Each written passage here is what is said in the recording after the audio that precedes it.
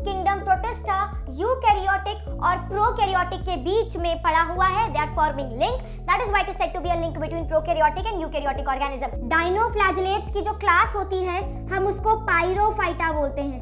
क्यों बोलते हैं इसका भी रीजन है. बड़ा वाला फ्लैजेला बॉडी की तरफ आता है और जो बड़ा वाला फ्लैजेला होता है ना वो रफ फ्लैजेला होता है. ह्यूमंस में जो रिप्रोडक्शन चलता है बच्चों वो भी एक तरीके का क्या होता है, oogamous रिप्रोडक्शन. तो ये तीनों तरीके के सेक्सुअल रिप्रोडक्शन पॉसिबल है in case of Diatoms. Hello students, welcome back to the Raftar series with Yashika ma'am, and today we're gonna talk about the another kingdom, that is kingdom Protista. And we know that इस kingdom की क्या खास बात है बच्चों. इस kingdom की खास बात ये है कि जितने भी यूनिसेलुलर ऑर्गेनिज्म है उनको कहाँ रखा गया था, उनको रखा गया था किंगडम प्रोटिस्टा में. और जितने भी यूकैरियोटिक है, क्योंकि आपको लग रहा होगा यूनिसेलुलर तो प्रोकैरियोट्स भी होते हैं, but we know that prokaryotes के लिए एक सेपरेट किंगडम बना हुआ है, दैट इज किंगडम मोनेरा. इसमें हम सारे यूनिसेलुलर और यूकैरियोट ऑर्गेनिजम्स की बात करेंगे. ठीक है, तो आओ स्टार्ट करते हैं बच्चों. और स्टार्ट करते हैं. Let's talk about what is kingdom protista. क्यों बनाया गया था ये किंगडम प्रोटिस्टा? की खास बात ये है that it is specially made for unicellular eukaryotic organism. So it includes all unicellular eukaryotic organism. और ये जो किंगडम है ना बच्चों, ये कनेक्टिंग लिंक है किसके किसके बीच में. It forms link between prokaryotic kingdom, prokaryotic kingdom and eukaryotic kingdom. ये कैसे कह सकते हैं बच्चों? याद करो आर.एच. व्हिटेकर का क्लासिफिकेशन. ठीक है, आर.एच. व्हिटेकर जी ने फाइलोजेनी का भी इस्तेमाल किया था, इवोल्यूशनरी रिलेशनशिप का भी इस्तेमाल किया था. तो याद करो अकॉर्डिंग टू हिम इन्होंने बोला था तो सबसे पहले आया अर्थ पे पूरा कब्जा जमाने के लिए the first inhabitant of this planet earth was kingdom Monera. अब मोनेरा कैसे किंगडम होते हैं बच्चों? मोनेरा प्रोकैरियोटिक किंगडम होते हैं क्योंकि they do not have a well defined nucleus. Monera के बाद कौन आया? दैट इज प्रोटिस्टा, जो अभी हम पढ़ रहे हैं. प्रोटिस्टा में कैसा है, कौन सा ऑर्गेनिज्म है? यूकैरियोट वाला. ठीक है, और प्रोटिस्टा से फिर इवॉल्व होकर के बने हैं fungi, Plantae, which includes higher plants and the lower plants and animals that you have studied already under animal kingdom. और अच्छा मैं से क्यों कह रहे हैं इसका भी रीजन है, आप पढ़ोगे एक एक करके. ठीक है, तो ये तीनों के तीनों किंगडम, चाहे फंजाई हो चाहे प्लांटे हो एनिमेलिया हो, ये सारे के सारे क्या हैं? यूकैरियोट. तो आप खुद देखो किंगडम प्रोटिस्टा यूकैरियोटिक और प्रोकैरियोटिक के बीच में पड़ा हुआ है. They are forming link. That is why it is said to be a link between prokaryotic and eukaryotic organism. और हम ये भी कह सकते हैं कि प्रोटिस्टा दादा है, दादा परदादा जो भी समझ लो. They are the ancestors of all the eukaryotic kingdoms. ठीक है, लाइक फंजाई का एंसेस्टर है, प्लांटी का एंसेस्टर है, एनिमेलिया का एंसेस्टर है.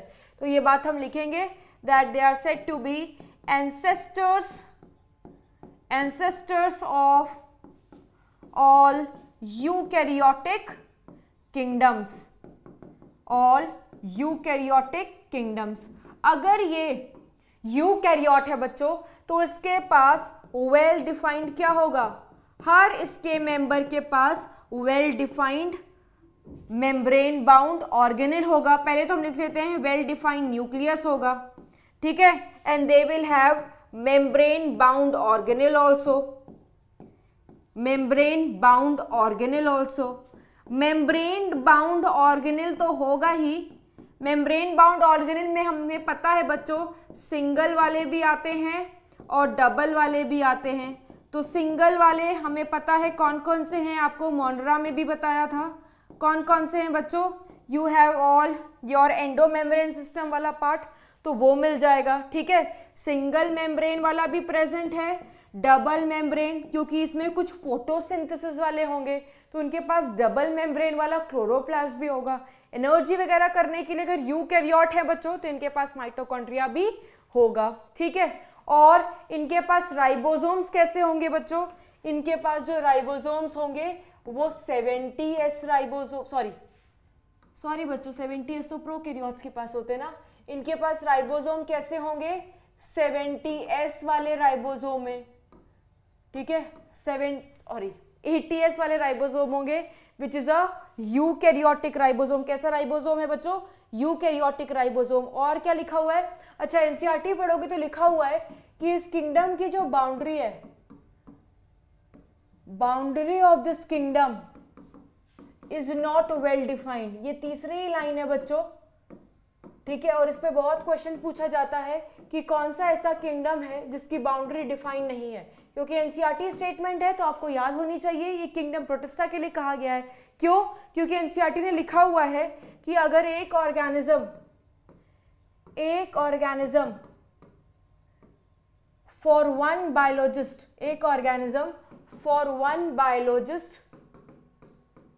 कैन बी प्रोटिस्ट, और वही organism for other scientist, for other algal biologist it is different. For example, आपको एग्जाम्पल के साथ बता देती हूँ इस लाइन का मतलब क्या है। एक ऑर्गेनिज्म ले लो, यहां पर क्लमाइडोमोनास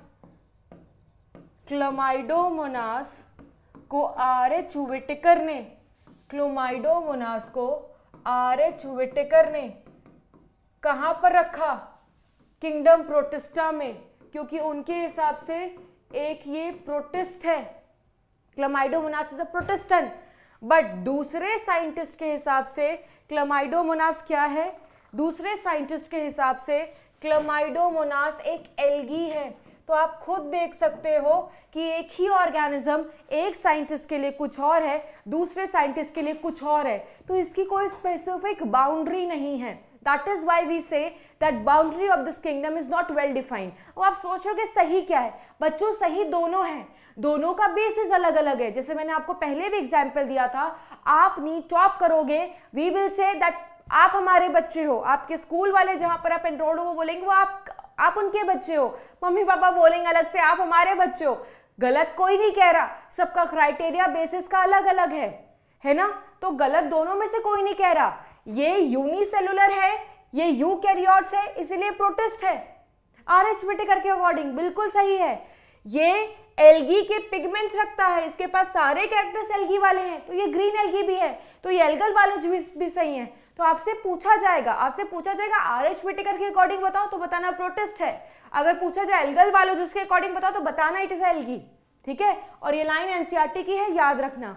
इसके बाद आपको क्या याद रखना है बच्चों, एनसीईआरटी की एक और लाइन है कि both type of reproduction present, asexual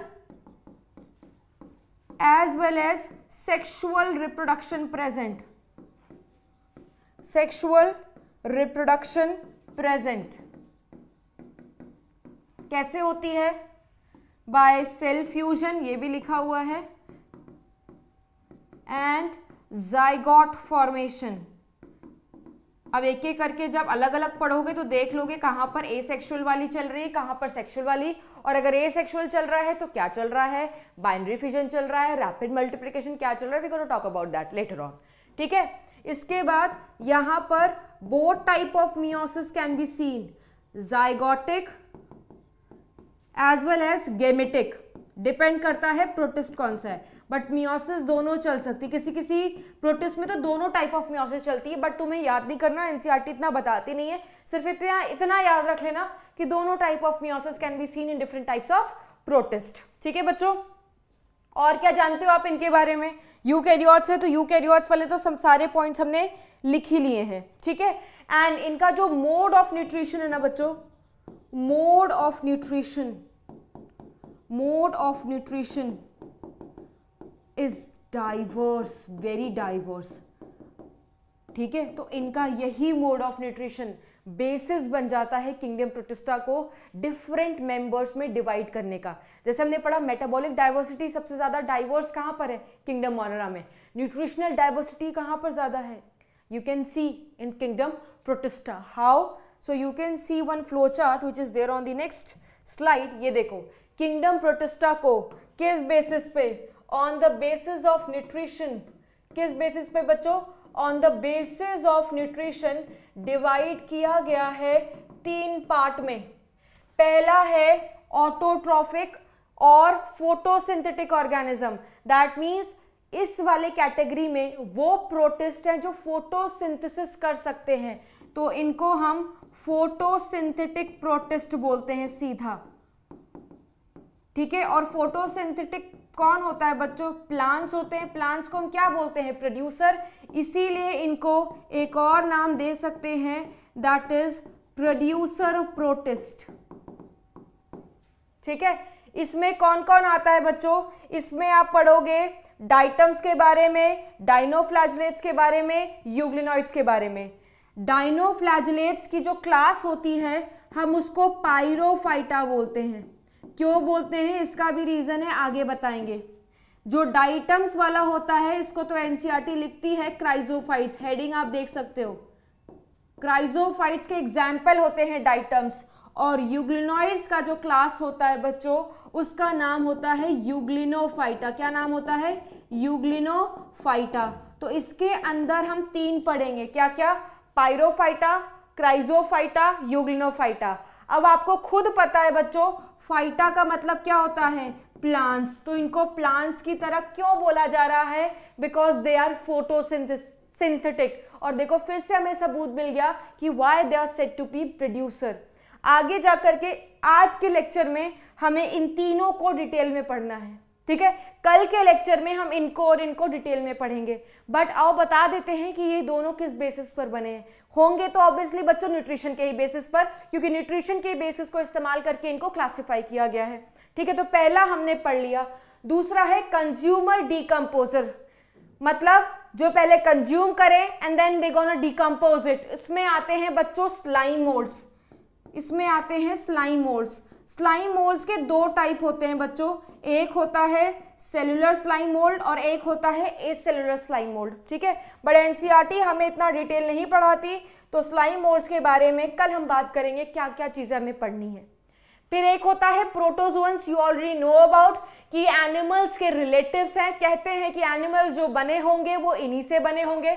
तो एक देखो सबूत हमें और मिल गया कि क्यों हम बोलते हैं कि प्रोटिस्टा से कौन इवॉल्व हुआ है? एनिमल्स। क्यों हम बोल रहे हैं कि प्रोटिस्टा से फंजाई बने? ये देखो बच्चों, ये देखो यहाँ पर मोल्ड वर्ड आ रहा है। मोल्ड वर्ड किसके लिए होता है? फंजाई के लिए। तो कहा जाता है इन्हीं से इवॉल्व होकर के फंजाई बने होंगे, इसलिए इसको प्रोटिस्टन फंजाई बोलते हैं। क्या बोलते हैं? Protistan fungi, which is a kind of primitive thing. और कहा जाता है यही इवॉल्व होकर के क्या बनाया होगा? फंजाई।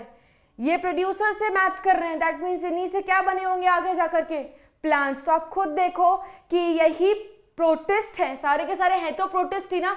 कोई एनिमल्स को बना रहा है, उनका एंसेस्टर बना बैठा हुआ है, लाइक प्रोटोजोन्स। कोई फंजाई को बना रहा है, ये फंजाई का एंसेस्टर है। कोई प्लांट्स को बना रहा है इवॉल्व होकर के, तो ये प्लांट्स का एंसेस्टर है। That is why we say that protista are ancestors of different multicellular और eukaryotic kingdoms. Again we have the proof, ठीक है। आओ बच्चों स्टार्ट करते हैं, स्टार्ट करेंगे हम, और वी गोना टेक एक एक करके सारे के सारे फोटोसिंथेटिक प्रोटिस्ट। कितने होते हैं फोटोसिंथेटिक प्रोटिस्ट बच्चों? 3 फोटोसिंथेटिक प्रोटिस्ट,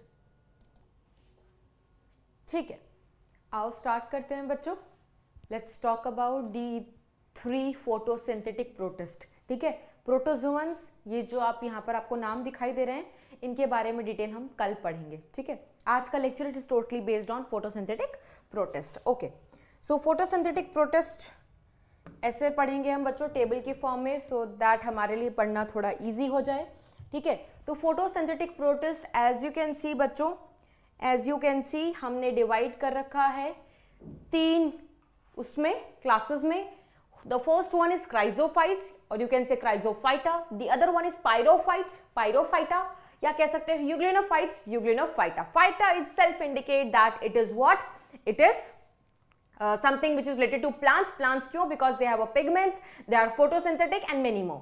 ओके तो स्टार्ट करते हैं बच्चों। क्राइजोफाइट्स में देखो क्या क्या चीजें आती हैं, लिखा हुआ एनसीईआरटी में that they include diatoms and desmids which is the colour of that is golden brown, इसलिए इसको गोल्डन ब्राउन प्रोटिस्ट भी बोलते हैं, यहां पर आता है डाइनोफ्लैजिलेट्स। डाइनोफ्लैजिलेट्स क्यों बोला जाता है, इसका भी रीजन है। यूग्लिनोफाइटा में तो आपको ऑलरेडी पता है, इसमें आता है यूग्लिना। ठीक है, तो पहला फीचर जिस पर हम चर्चा करेंगे that is habit and habitat. तो ये एक्वेटिक टेरेस्ट्रियल दोनों हो सकते हैं, और एक्वेटिक में आपको पता है फ्रेश वाटर फॉर्म आता है, मरीन फॉर्म आता है। तो देखो यहां पर लिखा हुआ है that some are marine, majority आपको समझ में आ गया होगा क्या है ना।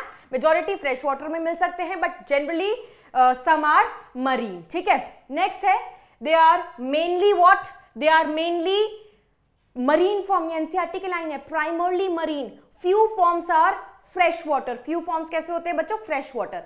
यूग्लिनोफाइटा में क्या है, euglenophyta generally they are fresh water organism, और कहां पर मिलते हैं, they are present in stagnant water. ठीक है, बहुत सारे बच्चों को लगता है स्टैग्नेंट वाटर, रुका हुआ पानी फ्रेश नहीं हो सकता। बच्चों डेफिनेटली इट कैन बी। ठीक है, वो बारिश का रुका हुआ पानी नहीं बोल रहे हैं, बहुत सारे लेक्स फ्रेश वाटर होते हैं। The stagnant one, the ponds are fresh water, the stagnant one, there you can see the presence of euglena. और नेक्स्ट बात करते हैं बच्चों, हम बात करेंगे किसकी, हम बात करेंगे यूग्लिना, सॉरी सेल वॉल की। तो यहाँ का जो सेल वॉल होता है ना, it is made up of silica. किसका बना हुआ है बच्चों, सिलिका का। और नेक्स्ट जो है पायरोफाइटा, पायरोफाइटा में जो सेल वॉल है किसका बना होता है, the cell wall made of stiff cellulosic plates, stiff cellulosic plates. अभी आपको डायग्राम भी दिखाऊंगी, स्टिफ सेल्यूलोजिक प्लेट्स। क्वेश्चन आता है ये स्टिफ सेल्यूलोजिक प्लेट्स कहाँ होते हैं, सेल वॉल की बात कर रहे हैं ना, तो जनरली बाहर की तरफ होंगे ऑन आउटर सरफेस। अगर इनकी बात करें तो सेल वॉल यहां पर होता ही नहीं है, क्या प्रेजेंट होता है, प्रोटीन की लेयर, प्रोटीन की लेयर। और उस प्रोटीन की लेयर को हम क्या बोलते हैं, पेलिकल। और ये पेलिकल का नेचर थोड़ा फ्लेक्सिबल है, तो थोड़ा बहुत ये उनके मूवमेंट में भी हेल्प करवा देती है। ठीक है, नेक्स्ट जो फीचर हम डिस्कस करेंगे बच्चों, ये उनका होगा स्ट्रक्चर। कैसा होगा, स्ट्रक्चर। तो इनका जो स्ट्रक्चर होता है ना डाइटम्स में, तो एनसीईआरटी में लिखा हुआ है इनका स्ट्रक्चर सोप बॉक्स की तरह होता है। They have soap box arrangement. अब सोप बॉक्स सबने देखा होगा, सोप बॉक्स में there is a presence of 2 overlapping shells, overlapping shells. जैसे बच्चों आप सोप का केस है आपके घर में जिसमें आप सोप रखते हो, तो आपने देखा होगा एक छोटा वाला होता है और एक उसका अपर केस जिसको आप ढकते हो। तो ऑब्वियसली जो ऊपर का होगा जिससे आप ढकते हो उसकी साइज थोड़ी बड़ी होती है, जिसमें हम साबुन रखते हैं, सोप रखते हैं, उसकी थोड़ा सा जो शेल होता है वो छोटा होता है, लाइक दिस वे। आप देखो यहाँ पर ड्रॉ करते हैं, इस तरीके का होगा। जो नीचे वाला होगा उसकी साइज थोड़ी छोटी होती है, जो ओवरलैप कर रहा होता है ऊपर से उसकी साइज बड़ी होती है। इसी तरीके का अरेंजमेंट डाइटम्स का भी होता है। ठीक है, ऊपर जो लेयर प्रेजेंट है उसको हम बोलते हैं, ऊपर वाली कवरिंग को हम क्या बोलते हैं, थीका। एपी मीन्स ऊपर, नीचे वाले को हम क्या बोलते हैं, हाइपो। क्या बोलते हैं बच्चों, हाइपो। ठीक है, हाइपो का मतलब नीचे की तरफ। तो दे हैव 2 शेल्स। ठीक है, अपर वाली it is known as epi जो ओवरलैप कर रही है, और जो ओवरलैप हो रही है दैट इज हाइपोथिका। यहाँ पर जो अरेंजमेंट होता है वो कैसा होता है बच्चों, ड्रॉ करते हैं इस तरीके का। आपको नई एनसीईआरटी आपके पास होगी तो इसका एक डायग्राम भी बना हुआ है ना। इनके पास 2 ग्रूव्स होते हैं बच्चों, देखो आप देखना ध्यान से, ये देखो एक ग्रूव आपको ये दिखाई दे रहा है, ये वाला इस तरीके से जो प्रेजेंट है। So this is transverse groove. कैसा ग्रूव है बच्चों, ये है ट्रांसवर्स ग्रूव। और ये जो गड्ढा है, ग्रूव मतलब गड्ढा, ग्रूव मतलब डिप्रेशन, तो ये जो जगह है ये लॉन्गिट्यूडनल ही है, तो हम इसको बोलते हैं लॉन्गिट्यूडनल ग्रूव। क्या बोलते हैं, लॉन्गिट्यूडनल ग्रूव। तो इनके बॉडी में, इनके स्ट्रक्चर में 2 ग्रूव्स मिलते हैं, one is transverse, the other one is longitudinal. और इन दोनों ग्रूव में you get to see flagella. क्या दिखाई देता है बच्चों, फ्लैजिला। एक फ्लैजिला ट्रांसवर्स ग्रूव में है, एक फ्लैजिला लॉन्गिट्यूडनल ग्रूव में है। So how many flagella they have, 2 flagella. इसीलिए इनको क्या बोला जाता है, इनको बोला जाता है डाइनोफ्लैजिलेट्स।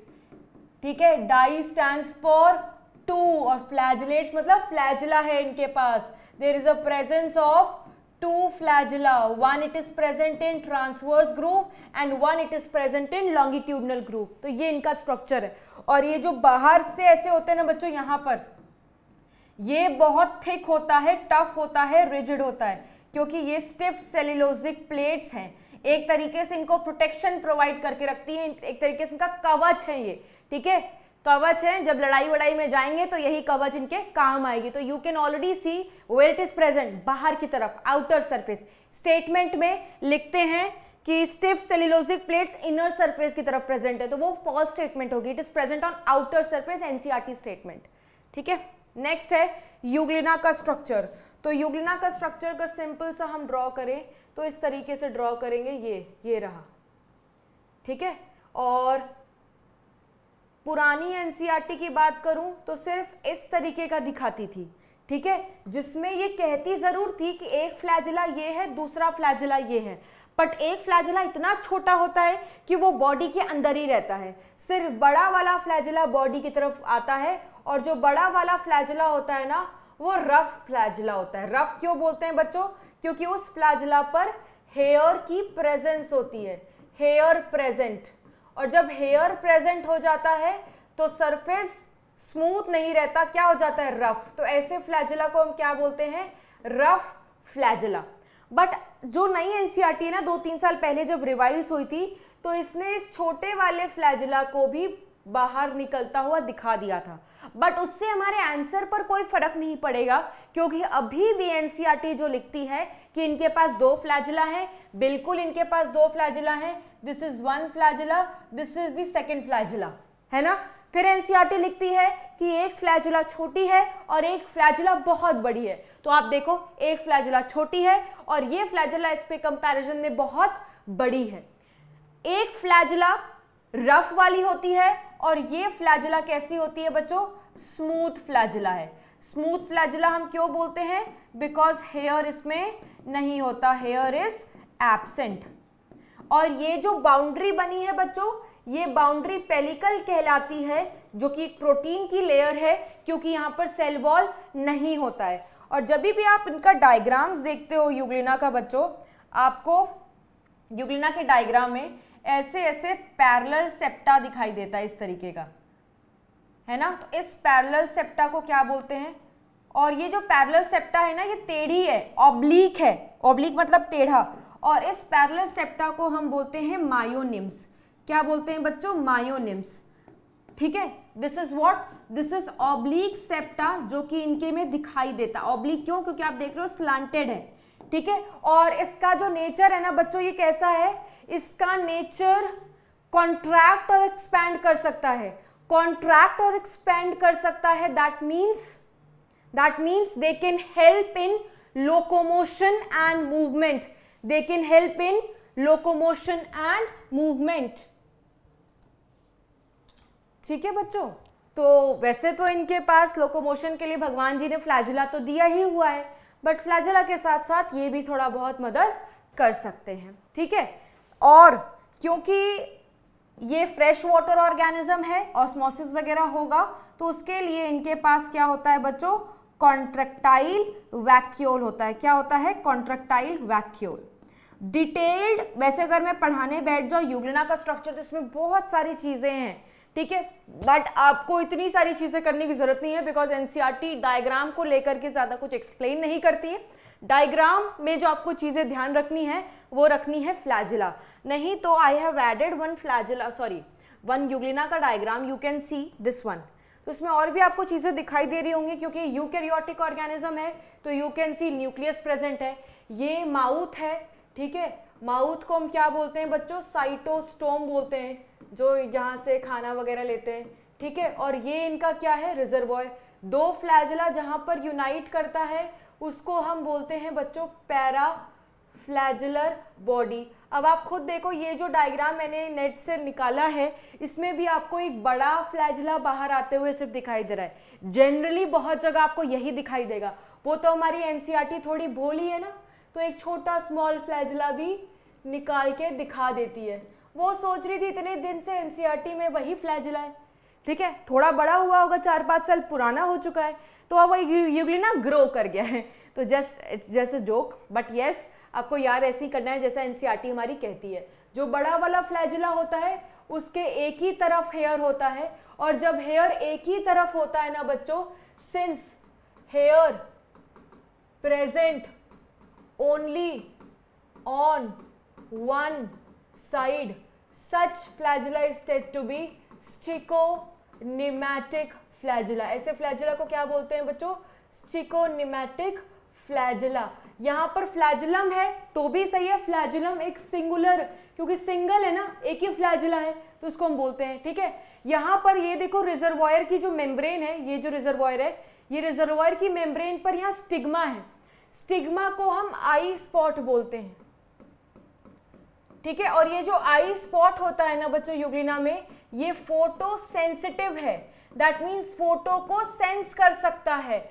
हमें पता है यूग्लिना मिलते हैं, ये पानी का सरफेस है, this is the surface of water, यहाँ पर यूग्लिना मौजूद है, ठीक है। और जब लाइट पड़ती है तो यूग्लिना क्योंकि फोटोसिंथेटिक है, लाइट को रिसीव करके फोटोसिंथेसिस परफॉर्म करेंगे, बट जरूरत से ज्यादा लाइट हो तो इनको पसंद नहीं आता, तो ये नीचे चले जाते हैं पानी में। इनको कैसे पता चलेगा जरूरत से ज्यादा लाइट है? They have a stigma, they have a I spot, ठीक है। और ये बताती है कि भैया तुम्हें नीचे चले जाना चाहिए बिकॉज लाइट बहुत ज्यादा आने वाली है, ठीक है। तो ये काम है। अगर फोटोसिंथेटिक है तो ऑब्वियसली क्लोरोप्लास्ट होगा, न्यूक्लियस है तो ऑब्वियसली न्यूक्लियोलस होगा, and you can C they have a pellicle which is a boundary protein की, ठीक है, क्योंकि सेल वॉल यहाँ पर नहीं होती। तो ये कुछ एक्स्ट्रा है उन एक्स्ट्रा बच्चों के लिए जिनको लगता है पढ़ना है, अदरवाइज नहीं तो this much structure is sufficient for you guys. Okay, now next हम बात कर लेते हैं बच्चों फ्लैजुला की।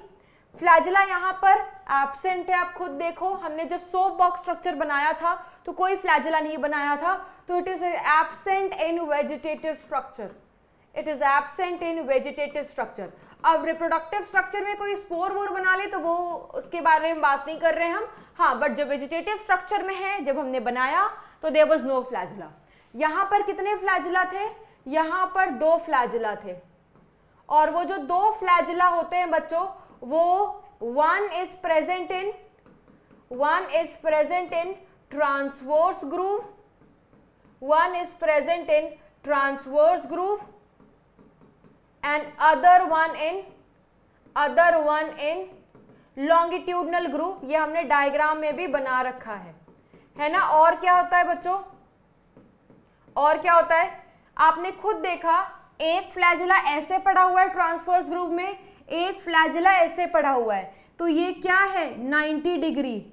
सो बोथ आर अरेंज्ड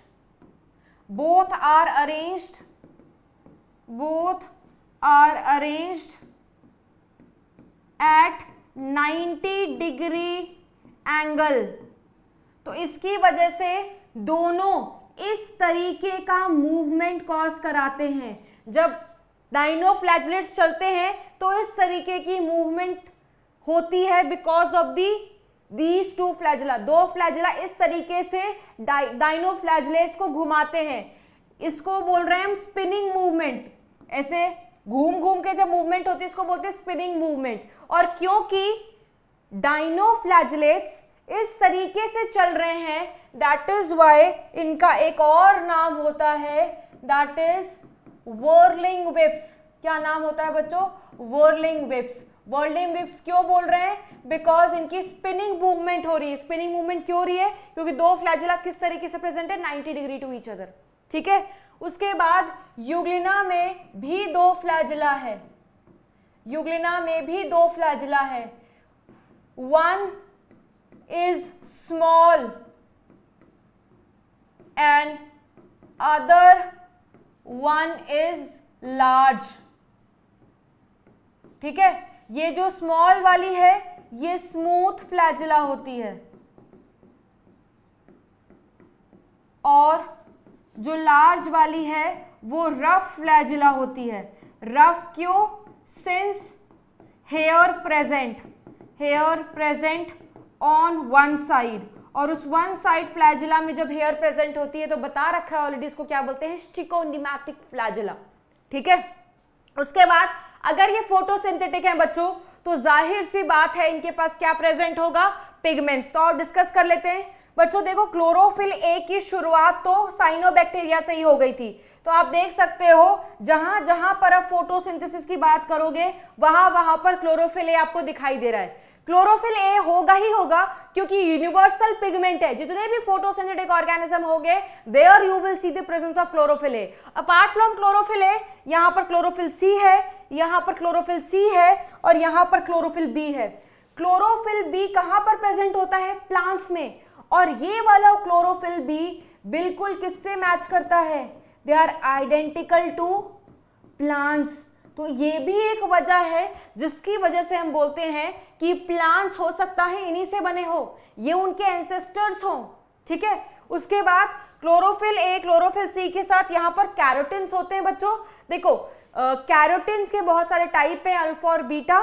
ठीक है, तो यहाँ पर बीटा कैरोटिन्स होते हैं। हमने ऑलरेडी कैरोटिनॉइड्स के बारे में डिस्कस कर रखा है फोटोसिंथेसिस वाले चैप्टर में। यहाँ पर बीटा और अल्फा दोनों कैरोटिन्स होते हैं, यहाँ पर सिर्फ बीटा कैरोटिन। यहाँ पर ज़ैंथोफिल से, ज़ैंथोफिल ना झोला है पिगमेंट्स का। ठीक है, और उस झोले में बहुत डिफरेंट टाइप्स ऑफ पिगमेंट्स हो सकते हैं। तो यहाँ पर ज़ैंथोफिल में क्या प्रेजेंट है, डाइएटोज़ैंथिन्स। यहाँ के ज़ैंथोफिल में क्या प्रेजेंट है बच्चों, पेरिडिनिन। ये किस कलर का पिगमेंट होता है, रेड, और यही रिस्पॉन्सिबल होता है रेड टाइड कॉज करने के लिए जो आप आगे पढ़ोगे। यहां पर बीटा कैरोटिन है और ज़ैंथोफिल है। जब लाइट प्रेजेंट होती है तो यूग्लिना इन सारे पिगमेंट का इस्तेमाल करता है। In the presence of light, in presence of light Euglena क्या है, Euglena is autotroph. Euglena is autotroph मतलब अपना खाना खुद बना सकता है। बट अगर लाइट नहीं है, in absence of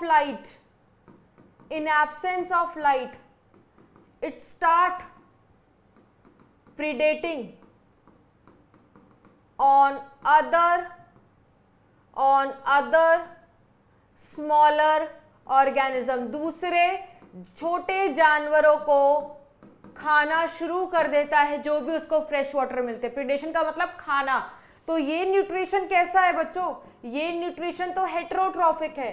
that means अगर लाइट मिलेगा तो ये ऑटोट्रॉफिक होंगे, अगर लाइट नहीं मिलेगा तो ये हेटेरोट्रॉफिक भी हो सकते हैं। दैट मीन्स ये दोनों टाइप ऑफ न्यूट्रिशन शो करते हैं। ठीक है, ऑटोट्रॉफिक प्लस हेटेरोट्रॉफिक। इसीलिए इनके न्यूट्रिशन को हम क्या बोलते हैं, मिक्सोट्रॉफिक न्यूट्रिशन। ये स्पेशल न्यूट्रिशन बच्चों, ये स्पेशल न्यूट्रिशन आपको सिर्फ और सिर्फ यूग्लिना में दिखाई देती है। ठीक है, तो इससे क्वेश्चन आता है, याद रखना कि where you will see mixotrophic nutrition in case of euglena. ठीक है, नेक्स्ट अपार्ट फ्रॉम दिस हमने पिगमेंट्स डिस्कस कर लिया। पिगमेंट के हम बाद क्या डिस्कस करने वाले हैं, रिप्रोडक्शन। रिप्रोडक्शन की अगर बात करें बच्चों तो रिप्रोडक्शन यहां पर सबसे पहले एसेक्सुअल की बात करते हैं।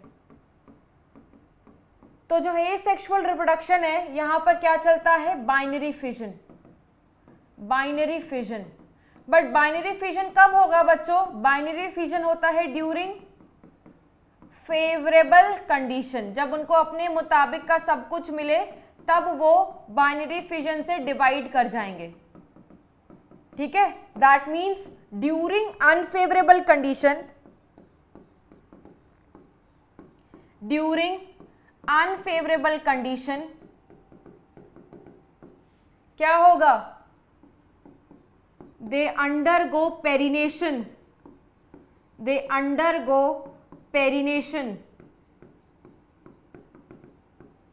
and form resting spore and form resting spore। आप सोच रहे होगे क्यों, आप देखो होता क्या है बच्चों, ये देखो आप, ये देखो ये डाइटम का रिप्रोडक्शन है, कौन सा, एसेक्सुअल। एसेक्सुअल में हमें पता है बाइनरी फिजन करता है। बाइनरी मतलब दो हमारे क्या बनेंगे, दो हमारे बनेंगे बच्चों, दो हमारे बनेंगे नए डाइटम्स, दो हमारे बनते हैं बच्चों नए डाइटम्स, है ना। तो जो नए डाइटम्स बन रहे हैं आप खुद देखो, जैसे आप यहाँ पर देख सकते हो, यहाँ पर ऊपर वाले को एपिथीका हमने जो लिखा हुआ है, यहाँ पे एपिथिकेट लिखा हुआ है, but you can simply called epitheca, यहाँ पर हाइपोथीका।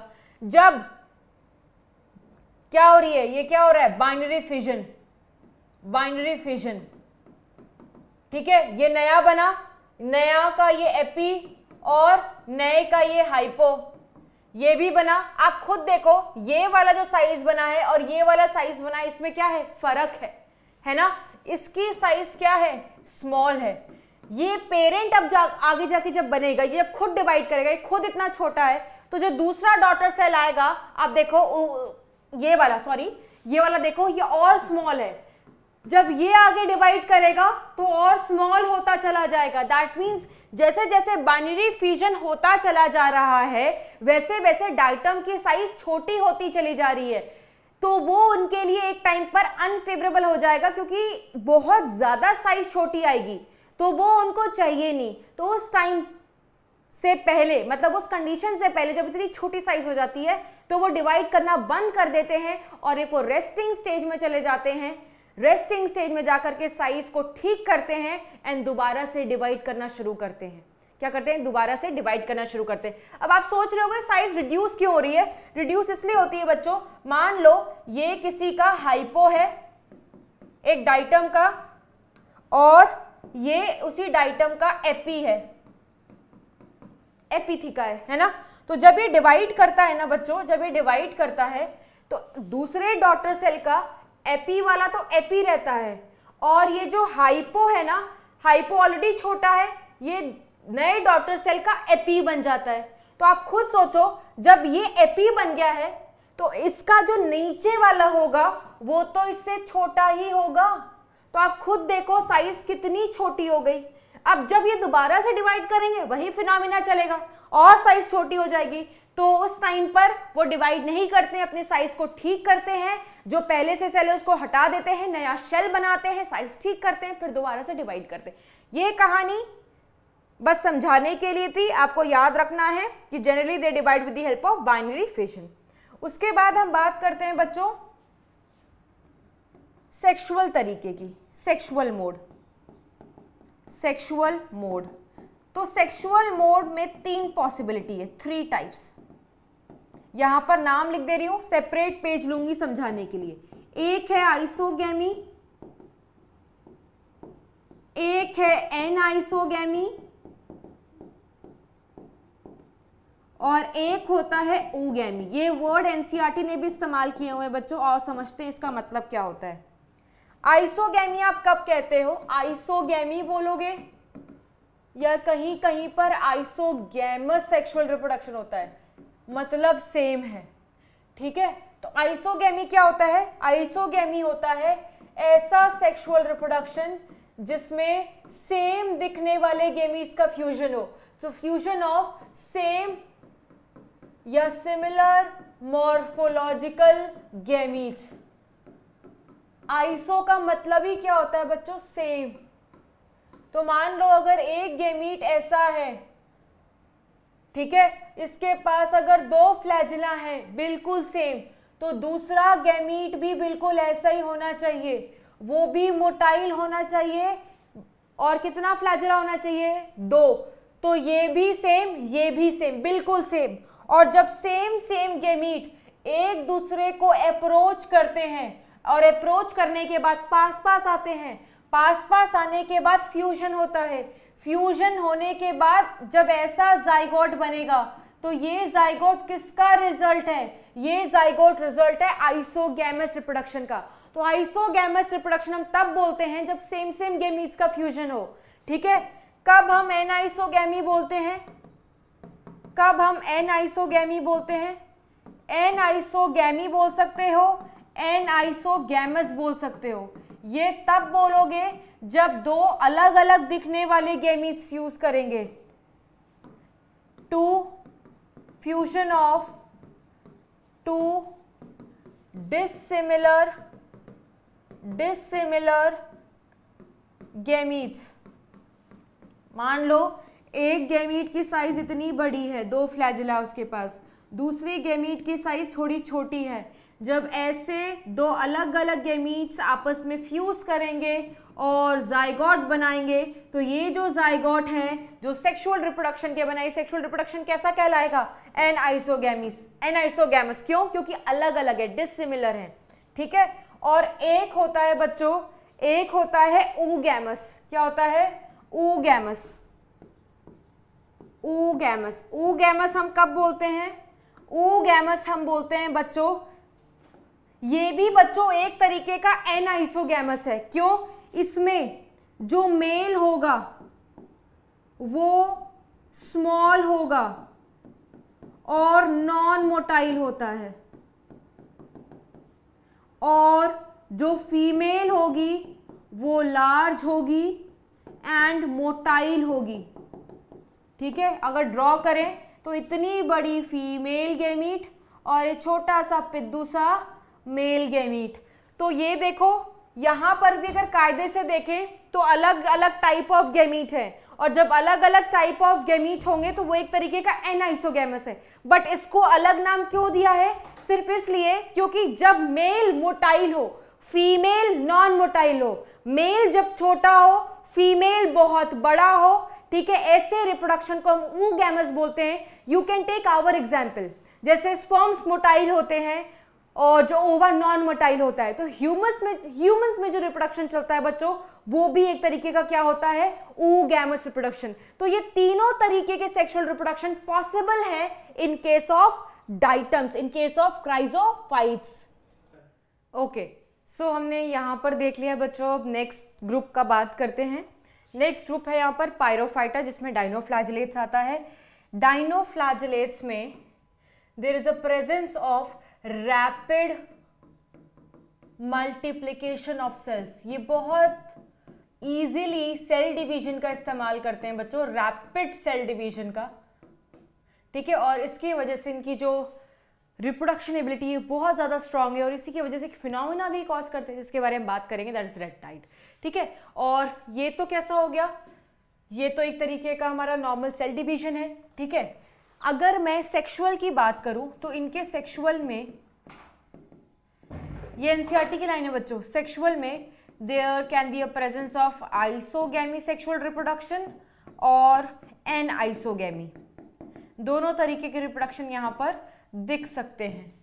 यूग्लिना में बात करूं तो यूग्लिना में अगर एसेक्सुअल चलता है तो एसेक्सुअल लॉन्गिट्यूडनल बाइनरी फिजन होता है।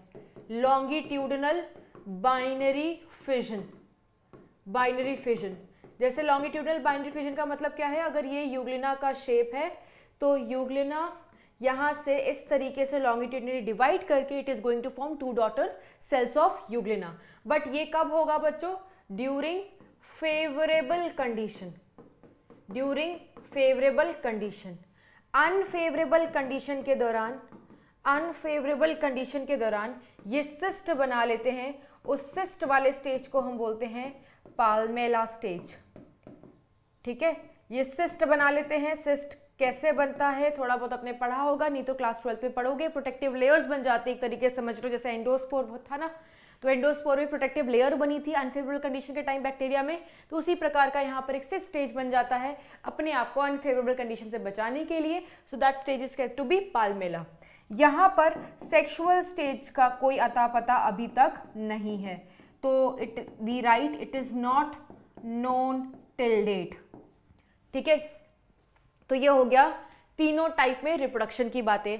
अब हम बात करेंगे अबाउट सर्टेन स्पेशल फीचर्स, और स्पेशल फीचर्स में हम कुछ एनसीईआरटी की बात करेंगे और कुछ इनके स्पेशल फीचर जो एक्चुअली इनके पास होते हैं। जैसे सबसे पहला जो फीचर्स हम यहाँ डिस्कस करने वाले हैं that is related to diatoms. Diatoms को बोला जाता है chief producers of oceans. Diatoms are chief producers of oceans, ठीक है। और ये क्वेश्चन 2018 या 19 के नीट में आया हुआ था बच्चों, ये एनसीईआरटी स्टेटमेंट है, ठीक है। They perform what? They perform photosynthesis, that means, और फोटोसिंथेसिस का एंड प्रोडक्ट क्या होता है? ऑक्सीजन। तो ये रहते कहाँ हैं? पानी में। पानी में ऑक्सीजन बना रहे हैं, तो ये क्या मेंटेन कर रहे हैं पानी का? दे maintain dissolved oxygen of water, DO means dissolve oxygen. तो ये जिस पानी में रहेगा वहाँ का डिजॉल्व ऑक्सीजन बहुत अच्छा है, दैट मीन्स ये अच्छे पानी में मिलेगा, फ्रेश वाटर में, पोल्यूटेड वाटर में नहीं, ठीक है, अच्छे क्लीन वाटर में मिलेगा। इसीलिए हम इसको पोल्यूशन इंडिकेटर भी बोलते हैं, क्योंकि अगर आपको किसी पानी में डाइटम्स नहीं मिल रहा है तो समझ जाना कि वो कैसा पानी है, that is a polluted water. क्योंकि अगर होता वो वहां पर तो डिजॉल्व ऑक्सीजन खराब नहीं होता, और डिजॉल्व ऑक्सीजन पानी का खराब नहीं होता तो पानी कभी पोल्यूट होता ही नहीं। So that is why they are said to be pollution indicator. इसका सेल वॉल कैसा होता है बच्चों? इसका होता है सिलिकेशियस सेल वॉल। सिलिकेशियस हम कब बोलते हैं? जब सिलिका का बना हो। तो जो सिलिका होती है ना, सिलिका होती है वो कभी टूटती ही नहीं। सिलिका इज इनडिस्ट्रक्टेबल, इनडिस्ट्रक्टेबल, टूटेगी नहीं। तो भले डाइटम्स, वैसे तो डाइटम्स कहाँ पर मिलते हैं? डाइटम्स सरफेस पर मिलते हैं, प्लैंक्टोनिक फॉर्म्स होता है, इनको बोलते हैं प्लैंक्टॉन्स। क्यों? क्योंकि माइक्रोस्कोपिक होते हैं, और जैसे फाइटोप्लैंक्टन सरफेस पे मिलता है, इसी तरीके से डाइटम्स भी मिलते हैं। तो डाइटम्स कैसे होते हैं बच्चों? दे आर प्लैंक्टॉन्स और they passively float on surface of water, passively float on surface of water. तो जब तक जिंदा है पानी की सरफेस पर मिलेंगे, ठीक है, बट जैसे ही मर जाएंगे, डाइटम्स तो मर गया, बट उनकी सेल वॉल है, सिलिका है, वो खराबी नहीं होती, तो वो नीचे जा करके डिपॉजिट हो जाती है ओशन के बेड में, ठीक है, और वो वहां पर बनाता है, क्योंकि वहां वो किसकी शेल थी? सिलिका की शेल थी। डाइटम्स तो मर गया बट सिलिका टूटेगी नहीं, सिलिका नीचे जाकर के डिपॉजिट हो जाती है, तो पूरी की पूरी बेड सिलिका के डिपॉजिशन से भर जाती है। ऐसे बेड को हम बोलते हैं डायटोमिशियस अर्थ, ठीक है। Indestructible, get deposited on the bottom of the ocean, get deposited on bottom of the ocean,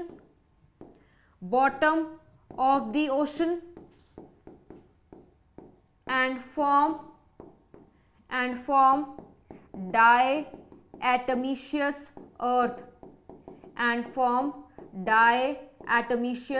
earth, ठीक है। तो ये एनसीईआरटी की लाइन है, डायरेक्ट क्वेश्चन आता है बच्चों की डायटोमिशियस अर्थ कौन बनाता है? तो that is silica, that is diatoms, क्योंकि डाइटम्स किसके बने होते हैं? सिलिका के। एक और चीज है जो सिलिका से रिलेटेड है कि सिलिका का नेचर कैसा होता है, ठीक है। मेरे पास नीचे जगह नहीं, आप नीचे लिख लेना। इसका जो टेक्सचर होता है, they are gritty in texture. Gritty in texture का मतलब खुरदुरे होते हैं, जैसे सैंड पेपर होता है ना, घिसाई के लिए इस्तेमाल करते हैं, तो सिलिका का नेचर भी बिल्कुल वैसा ही है। इसीलिए सैंड पेपर को घिसाई पॉलिश के लिए इस्तेमाल करते हैं। तो इनके सेल वॉल्स को, क्योंकि सिलिका के बने हैं, तो they can be used for polishing और फिल्टरिंग के तरह इस्तेमाल करते हैं, फिल्टर पेपर की तरह इस्तेमाल करते हैं ऑयल एंड सिरप इंडस्ट्री में। एनसीईआरटी की लाइन है, तो ये लिख लेना, ठीक है। Since gritty in texture used in polishing plus filtering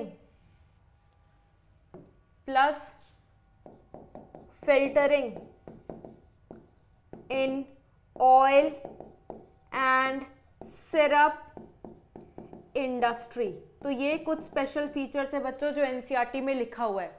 पायरोफाइटा को पायरो वर्ड क्यों बोला जाता है? पायरो का मतलब होता है फायर, इनको बोला जाता है बच्चों फायर ऑफ द ओशंस, ठीक है। इनको क्या बोला जाता है? Fire of the oceans. क्यों?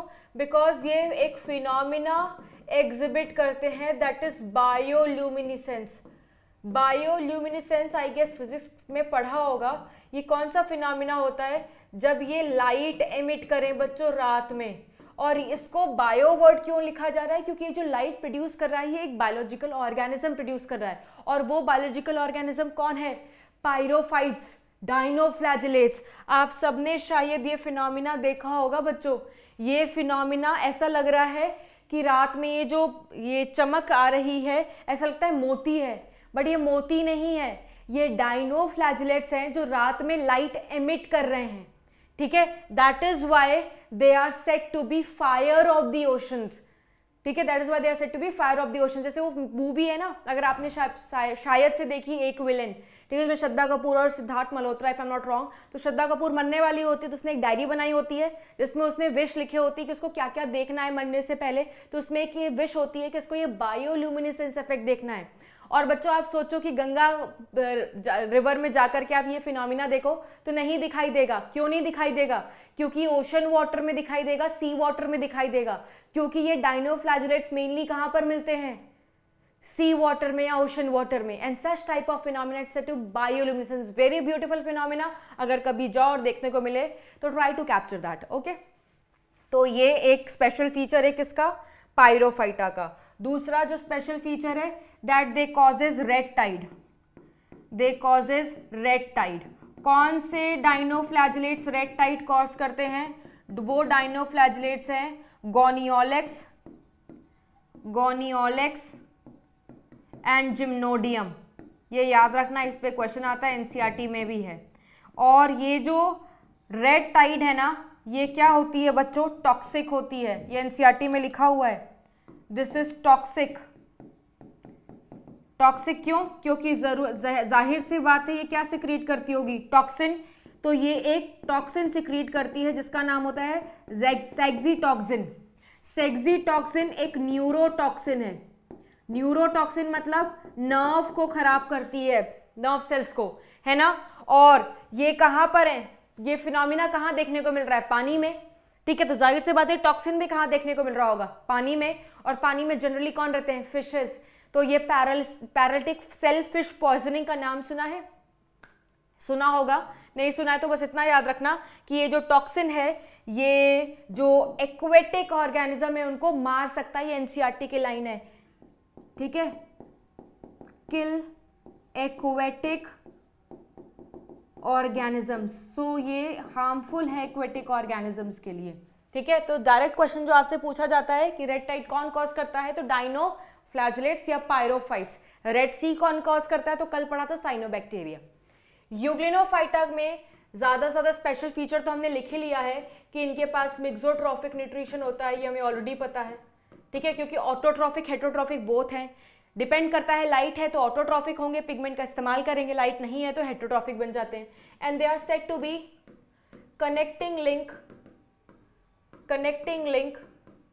Between plants and animals. इनके पास सेल वॉल नहीं होता, सेल वॉल और किसके पास नहीं होता है? एनिमल्स के पास। तो ये एनिमल लाइक फीचर रखते हैं, ठीक है। हेटरोट्रॉफिक न्यूट्रिशन भी जनरली एनिमल्स के पास होता है, तो ये भी एक एनिमल लाइक फीचर है। प्लांट्स के जैसा इनके पास कौन सा फीचर है? पिगमेंट्स। इनके पास एक क्लोरोफिल बी वाला पिगमेंट है। और क्लोरोफिल बी पिगमेंट आप आगे जाकर के जब प्लांट किंगडम पढ़ोगे तो वहीं पे इसका नाम सुनोगे। फोटोसिंथेसिस हायर प्लांट्स हम पढ़ चुके हैं, तो वहीं पर इनका नाम है। सो ये एक इनका स्पेशल फीचर है, समझ लो, ठीक है। तो ये 3 फोटोसिंथेटिक प्रोटिस्ट है बच्चों जो हमने पढ़ लिया है। आओ क्वेश्चंस कर लेते हैं। सबसे पहला क्वेश्चन है which kingdom includes nutritionally most diverse group. तो ये आज ही पढ़ाया कि न्यूट्रिशनल डाइवर्सिटी के लिए किसको मार्क करोगे? प्रोटिस्टा। मोनरा किसके लिए हम करते हैं? Metabolic diversity. किसके लिए? Metabolic diversity. नेक्स्ट क्वेश्चन है बच्चों क्राइजोफाइट्स क्या होते हैं बच्चों? क्राइजोफाइट्स में आज ही पढ़ाया डाइटम्स एंड डेस्मिड्स आते हैं। डायनोफ्लैजिलेट्स अलग है, पायरोफाइटा में आता है। स्लाइम मोड्स फोटोसिंथेटिक प्रोटिस्ट का ही पार्ट नहीं है, स्लाइम मोड्स फोटोसिंथेटिक प्रोटिस्ट का पार्ट नहीं है। डाइटम्स और डेस्मिड्स साथ दिया हुआ है सिर्फ एक ही में, तो यही ऑप्शन सही है। Which of the following option for diatom is correct? Pectocellulosic wall होता है? नहीं। Silicified cell wall, it is true. Multicellular होते हैं? नहीं। प्रोटिस्ट है तो यूनिसेलुलर होना चाहिए था।